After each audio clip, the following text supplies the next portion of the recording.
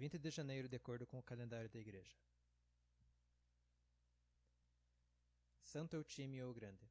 De pais nobres e distintos, Eutímio nasceu na cidade armênia de Melitene, perto do rio Eufrates, no ano de 377 d.C. Ele era filho único, nascido em resposta a orações de sua mãe Dionísia, que teve uma visão sobre o nascimento de Eutímio. De sua juventude, ele viveu uma vida de asceticismo.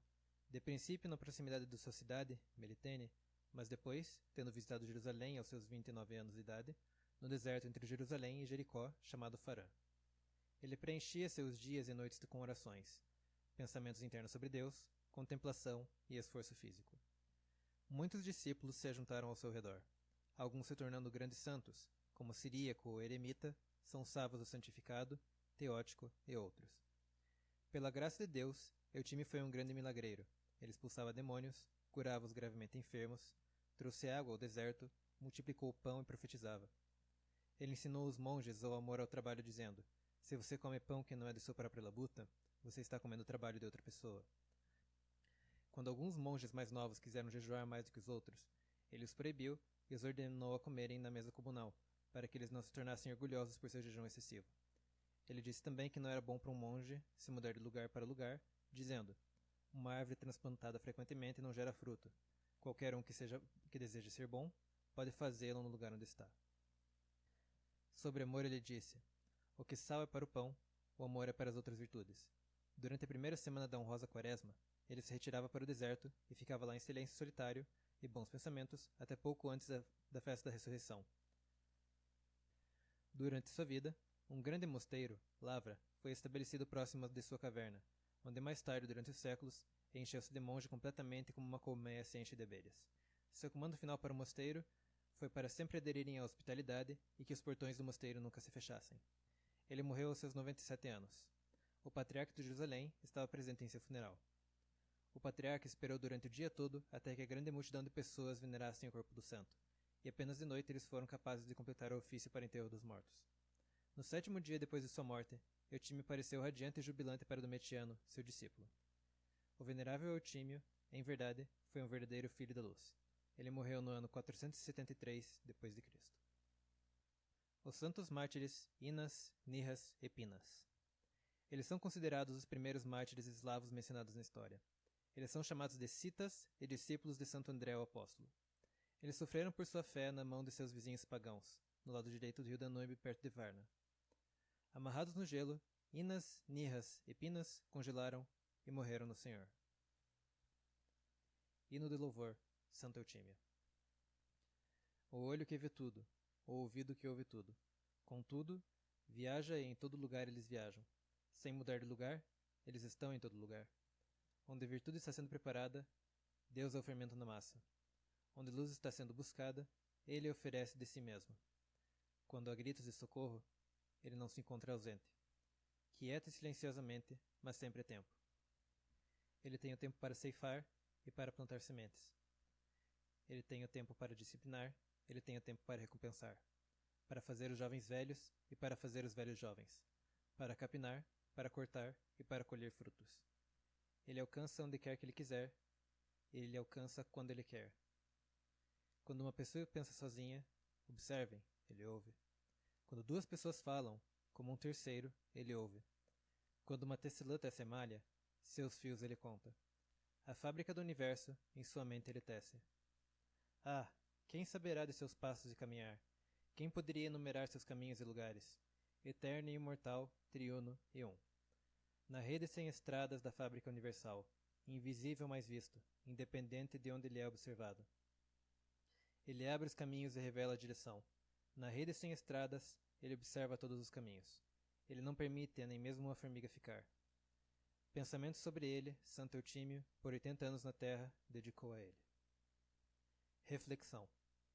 Tão quanto os santos tinham compaixão e leniência para a fraqueza humana, eles eram terrivelmente severos e inflexíveis sobre a confissão dos verdadeiros dogmas da fé. Portanto, São Nicolau de Myra, na Lícia, esbofeteou a Ários com sua mão no primeiro concílio ecumênico, Nicéia 325 d.C. Santo Antônio deixou o deserto para ir a Alexandria e publicamente desmascarar Ários. Santo Eutímio, sendo fortemente pressionado pela imperatriz Eudócia e pelo pseudo-patriarca Teodósio, e sendo incapaz de debater racionalmente com eles, deixou seu mosteiro e se escondeu no deserto. Todos os outros monges zelosos seguiram seu exemplo. Eutime permaneceu no deserto até que o pseudo-patriarca foi removido e a ortodoxia fortalecida. Quando em Jerusalém, grande agitação surgiu no nome do imperador contra o Quarto Concílio Ecumênico, Calcedônia, 451 d.C., e quando toda a população estava amedrontada por causa dos hereges, então São Teodósio o Grande, já enfraquecido por sua idade avançada, como um soldado de Cristo sem medo, veio até Jerusalém, entrou na grande igreja, subiu as escadas, acenou para a população e disse a eles: se alguém não respeita os 4 concílios ecumênicos como respeitam os 4 evangelistas, seja ele anátema. Até o momento, apenas 4 concílios ecumênicos tinham sido chamados. Todos os ouvintes ficaram temerosos por essas palavras e nenhum dos hereges ousou dizer algo contrário a elas. Contemplação. Contemple o Senhor Jesus como a luz. Primeiro, como a luz da minha vida, como a luz para a humanidade, como a luz para toda criatura. Segundo, como a luz, especialmente na escuridão do medo e do sofrimento. Terceiro, como a luz na hora da morte e após a morte, a luz na eternidade. Homilia, sobre a única luz na escuridão. Eu sou a luz do mundo. São João 8,12. Desde o princípio do mundo e do tempo, ninguém que nasceu ousou falar essas palavras.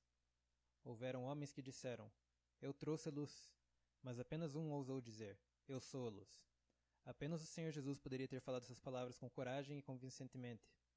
Sua curta vida na Terra e sua longa história, de quase 2000 anos, completamente justificou essas palavras. Ele é a luz da verdade, ele é a luz da justiça, e ele é a luz da vida. Ele é a luz da verdade, porque ele revelou em si mesmo a verdade real da natureza de Deus e da real natureza do homem. E o relacionamento de homem para homem e o relacionamento de homem para Deus. Céus e terra passarão, e suas palavras não passarão, pois o céu e a terra vieram existir por sua palavra, e sua palavra é dele, e com ele nunca passará. O céu e a terra passarão, mas as minhas palavras não hão de passar. São Mateus 24:35 e São Marcos 13:31. Ele é a luz da justiça, porque ele revelou o poder da justiça e a fraqueza da injustiça. Ele revelou que na mais brilhante luz, aquela que ele falava, pela qual ele fez e pela qual ele vivenciou e derrotou os injustos. Ele revelou isto por sua igreja durante 20 séculos e por seus numerosos santos e mártires, por questão de justiça. Justiça é de Deus, e durante a grande vida da história, não pode nunca ser derrotada. Injustiça é dos seres pequenos.